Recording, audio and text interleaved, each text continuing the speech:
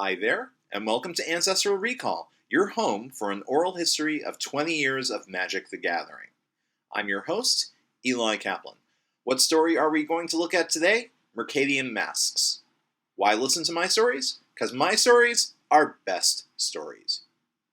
Released in 1999, Mercadian Masques was the first set of Masques block. It had 350 cards and was sold in boosters as well as 75 card starters. It was the first set to include foiled basic lands in it. It followed Saga block, which is, most people will say, the most powerful block in all of Magic. And I say that without any reservation. During Saga block, people were winning in Standard with turn 2 kills. Wizards R&D got chewed out by their bosses for putting out tons of broken cards, from Tolarian Academy, to Memory Jar, to Tinker, to Guy's Cradle. So, with Masques, they brought the power level down. This nerfing was intentional, in contrast to Homelands, which was underwhelming because there were almost no cards that were any good in it from the initial design. Now, going from strong to weak sets, this has happened many other times in Magic's history. Kamigawa block, another chief example, took the broken Mirrodin block standard down 2 notches, and it got panned by many players for it. It took some time for the sugar rush to wear off, but it wasn't the first time. Mechanics. Mercadian Masques did not have any new keywords, which disappointed a lot of people because labels help new stuff stand out. But there definitely were lots of new mechanical concepts on creatures in this set. The two that are the most famous lie in black and white, the Mercenaries and the Rebels. These two tribes have one thing in common: searching. The Mercenaries were cheap to activate and found cheaper mercs to add to your team. The Rebels, on the other hand, cost more to activate for the casting cost, but get much more expensive Rebels. Growth trumped cheapness in both limited and constructed formats, and the Rebels were a mainstay for the next 2 years. Blue had a theme that players were craving for the longest time: pirates! In Magic terms, pirates demand that you pay them up front when they show up with a mana cost, or you have to sacrifice a permanent. Stand or deliver. This mechanic was extremely time-dependent, and once the opponent knew what was up with your strategy, a lot of the times their pirates' punches failed to connect. Since no pirate ever asked for more than 1 sacrifice permanent, okay, let's face it, these guys are just bad land destruction spells in a strange color most of the time. But hey, Magic got pirates before it got ninjas. Yeah. I know Mirage had Kukemsa pirates. One card doesn't really create a type. We also have to mention Spell Shapers, another creature type with a fresh mechanical perspective. These guys let players pitch a card in hand to replicate spells such as Raise Dead, Fog, or Unsummon. The nice part is, these pseudo-spells, they're uncounterable unless you have Stifle. Now, I don't think Wizards would have these in Standards today, because Spell Shapers put a stress on New World Order's call for less complex board states. Mercadian Masques also had another theme: free spells. This time, you usually needed to have a basic land type in play and possibly discard a card. Some of these free spells were solid, while others were not. And the best free spells, as usual in Magic history, were in blue. Now, I'm going to tell you guys, I run Gush, Misdirection, and even the Little Scene Thwart in my favorite deck of all time. Story. After a block of Urza's story, the focus returns to the crew of the Weatherlights as they travel through the Phyrexian portal into Mercadia, a plane dominated by a powerful banking company similar to history's East India Company that specialized in intraplanar trade. The ship crashes, and the crew are divided up as they get wrapped up in local power struggles. Eventually, they get the bits of the legacy that they need to upgrade the ship and get it flying again. But as they collect local information, the crew notices that Volrath's reach extends to this plane too, as they see a fleet of warships being built with plans to attack the crew's home plane of Dominaria. This foreshadows the massive conflict in Invasion. Mercadia is a plane of trade and intrigue. The political struggle between Chom Manos, rural rebels, and the corrupt magistrate, bolstered by Mercadia's manipulative, greedy goblins and using the mercenaries as muscle, is reasonably interesting. There are a lot of banking-themed cards in this set, so Masques is still mage punk, but there's a class war overtone which is giving us a little shift. This is Magic at its most genteel, and tonally, it reminds me of Ravnica's Orzhov Syndicate. We only spend one set in Mercadia, as the rest of the block focuses on Wrath, then Dominaria. I don't mind. Mercadia is a neat setting, but I don't think it had the rich depths of Wrath or Innistrad. Famous cards. Arrest. This first printing of an archetypical white removal spell, Arrest is a fine variant of pacifism that shuts off activated abilities. Yeah, this is a staple in cubes. Cornered Market. This effect is unique, but almost entirely pointless in EDH. Sorry. Crackdown. This selfish Meekstone is quite powerful. This is a solid cube card against big red-green decks. The spell draws a lot of heat in multiplayer, and rightfully so. Devout Witness, a disenchanting spell shaper. I can see this in a casual Boros EDH deck, a team of loyal mercenaries and police for hire. This one will do the business when it comes to disarming enemies. Ivory Mask. This is the first spell printed to give a player Shroud. While this spell is much less special today due to Witchbane Orb being available for everyone, and giving hexproof, which is almost strictly superior to Shroud, Ivory Mask is still a solid card. Security Detail. This has to be the absolute worst token generator of all time. There are so many rules and restrictions. At least it doesn't have an upkeep cost. I'm not saying it's the worst card in the set, but this is bad. Story Circle is much more expensive and color specific than a given Circle of Protection, but when you're playing against decks with few answers or in an open field, Story Circle just turns your opponent's best laid plans into pointless dreams. The flexibility, yeah, I'd say it's worth it. Wave of Reckoning, yeah. This is a substandard Wrath effect, unless you happen to build an entire deck of Squire-style guys. I can see this now. Imagine a pair of massed armies screaming at each other, about to engage in a massive bloody melee, and then the white mage causes everyone to punch themselves in the head.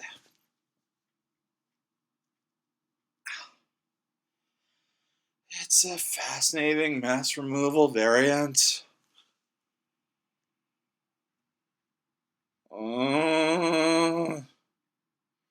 I guess this spell might be more effective than I give it credit for. Frozen peas work great as an ice pack. They don't melt, and they're healthy. Mercadian Masques was the last expert level set in which Brainstorm saw print. Now, I like this art a little better than the original, but on the whole, both versions suck. Now, Brainstorm, I don't need to tell you, it's an absolute staple in Legacy and Vintage, and yeah, it needs a home in every cube. Cowardice. It rarely did well at the top tables in Standard or elsewhere, but Cowardice plus any kind of repeated targetable effect, such as Unnatural Selection, meant that the other guy's creatures couldn't stay on the table, so that's nice. In the same set, you also have Stinging Barrier, an 0-4 Tim for 4 mana. The cost is quite high, sure, but it's an interesting Prodigal Sorcerer variant, and yeah, when you've got Cowardice out, it's a major stress on opponents' mana. Speaking of Tim cards, it's rather narrow, but if you give any Prodigal Sorcerer Charisma, then instead of killing little guys, you get to steal opponents' guys, so long as they live through the hazing. I like that. Richardon Airship. Now that's a pirate I can get behind. I love this card in Cube, and it actually was a player in the mono-blue aggro archetype at the time. Check out this list.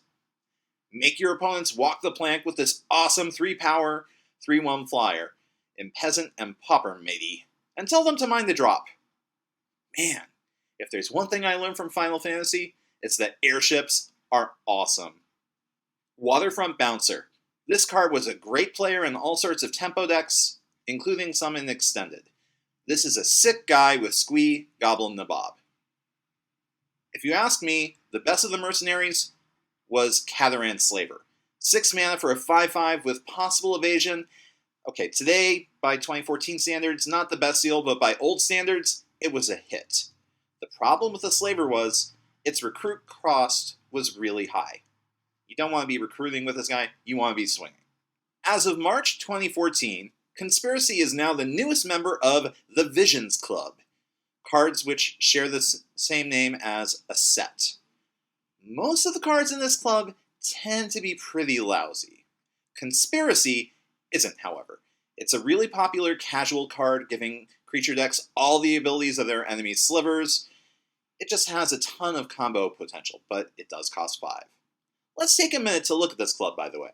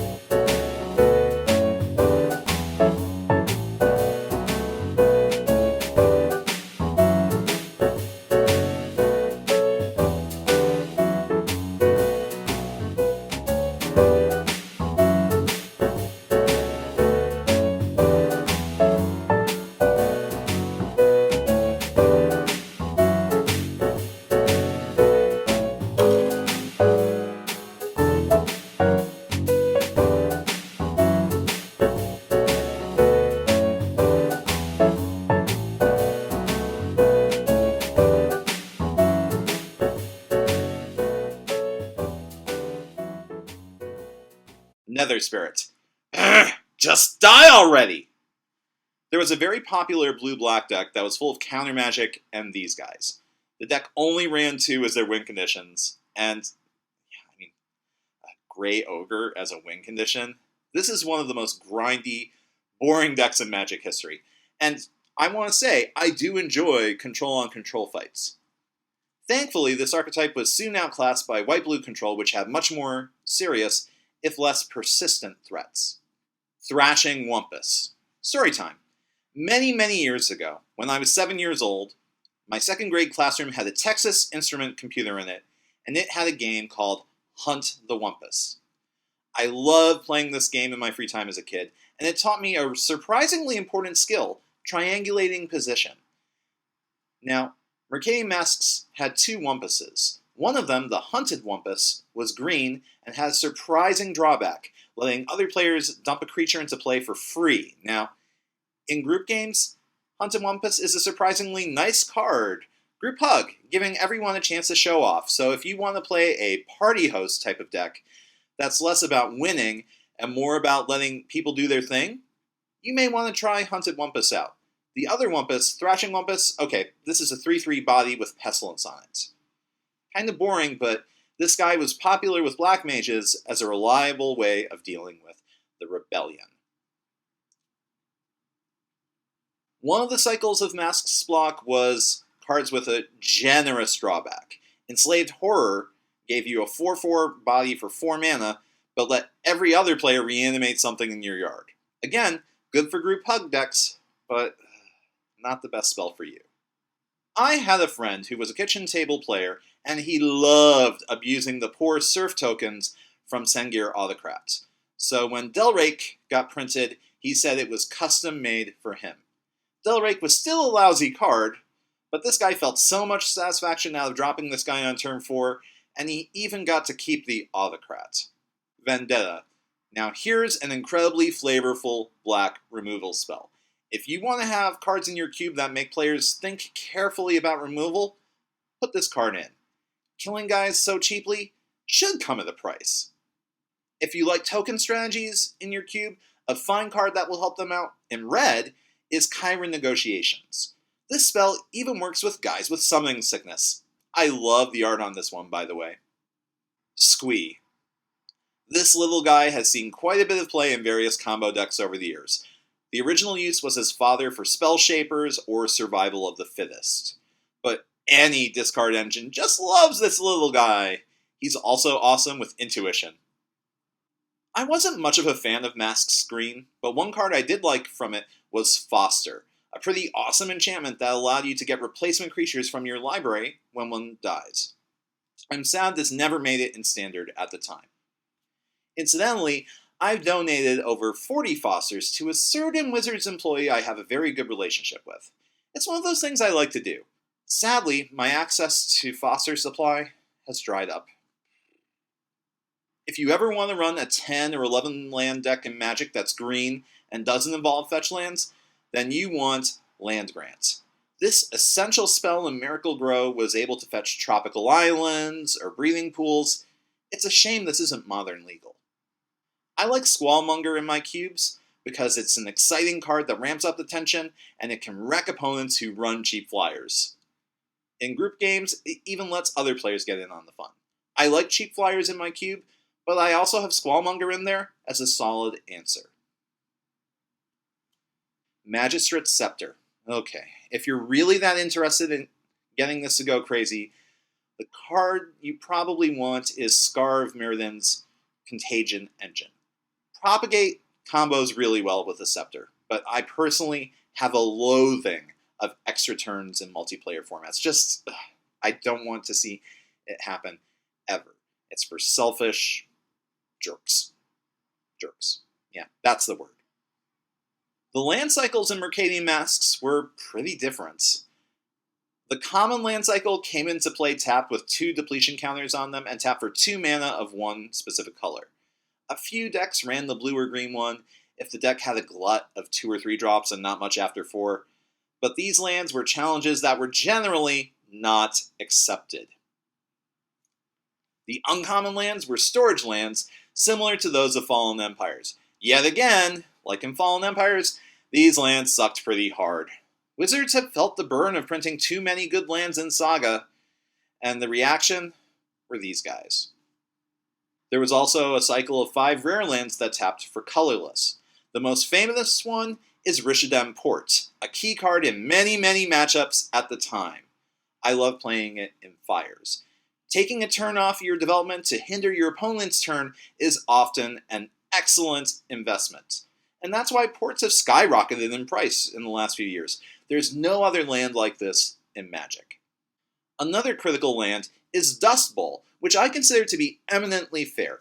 It's a superlative card in EDH in environments where lots of people are running problem lands like Maze of Ith or the Tabernacle at Pendrell Vale. Ugh, yuck. This card is too slow to go into Legacy for the most part, though. The third one is High Market, which does give some decks a sack outlet when they don't have many other options. As for Tower of the Magistrate, ugh, yuck. Let's take a short break for The Price is Right.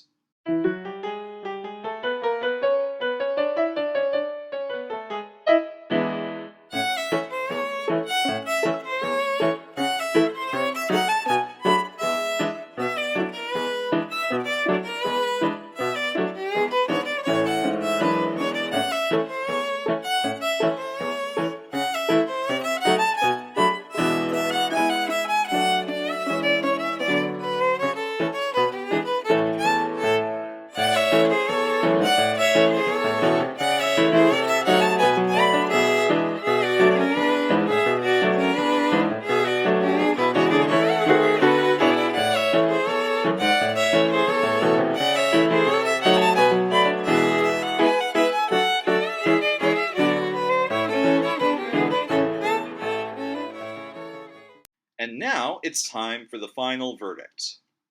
Mercadian Masques definitely has some awesome limited cards, and the Rebels recruitment ability was definitely one of the most awesome creature-centric mechanics in Magic. They worked. But by contrast, the implementation of mercenaries with a bunch of awesome, powerful guys at the top of the curve and a bunch of sleazeball losers at the bottom, that didn't work. The limited format was slow and plodding, which I'm going to say I tend to like. You get to have time to develop a strategy without getting run over. Flavor-wise, it's a distinct, flavorful set. It's very different from most of Magic. It's very focused on class warfare. I like it. I'm much happier with formats that aren't totally broken like Saga, so when it comes to dialing down the power level, I don't mind. The low point of the set is the common and uncommon land cycle. They just don't do enough. It's important for players to be able to cast spells. Now, on the whole though, Masques has some serious problems when we look at the block design as a whole, and we'll get to that in later shows, but as a standalone, this isn't a problem. It's a fine set. There's a lot of board complexity, but I enjoy looking at board complexity. It's a bit of a puzzle. The set has lots of neat Johnny tools and amusements like Monkey Cage. There are some things you're going to get in Mercadian Masques that you just don't get anywhere else. Do I think that Masques is a great set for newer players, especially at the time it came out? No. Keywords help guide players to understand the major interactions in the block, and not having keywords makes that perception harder. That's the major lesson of Masques block for R&D. It's not like negative keywords were that poorly received. When we look at Saga block, Echo was a cautionary tale, but at least when you played it, you knew you were almost always getting a great deal. Every set, though, does need to be accessible for newer players, and Masques was not that. And that's a strike against the set. From the holistic perspective, Masques, on its own, is a 5 out of 10, strictly average. The design has some great points and some bad points. The flavor's fine, the set's good for a number of formats, but there isn't anything that will make you run out and buy a box off of eBay. Thanks for tuning in. Next week I'll be back with a look at Nemesis, The Return to Wrath. If you guys have any comments you want to share, any feedback, please make a note below. I really do appreciate it. Your feedback does help me make some good decisions. I hope you enjoyed this show. If you liked it, click that like button. And if you haven't subscribed yet, hey, think about subscribing. You can get in touch with me on Facebook, you can follow me on Twitter, and you can possibly find me on Modo. This is Elon Kaplan for Ancestral Recall, signing off. Good games, and good luck.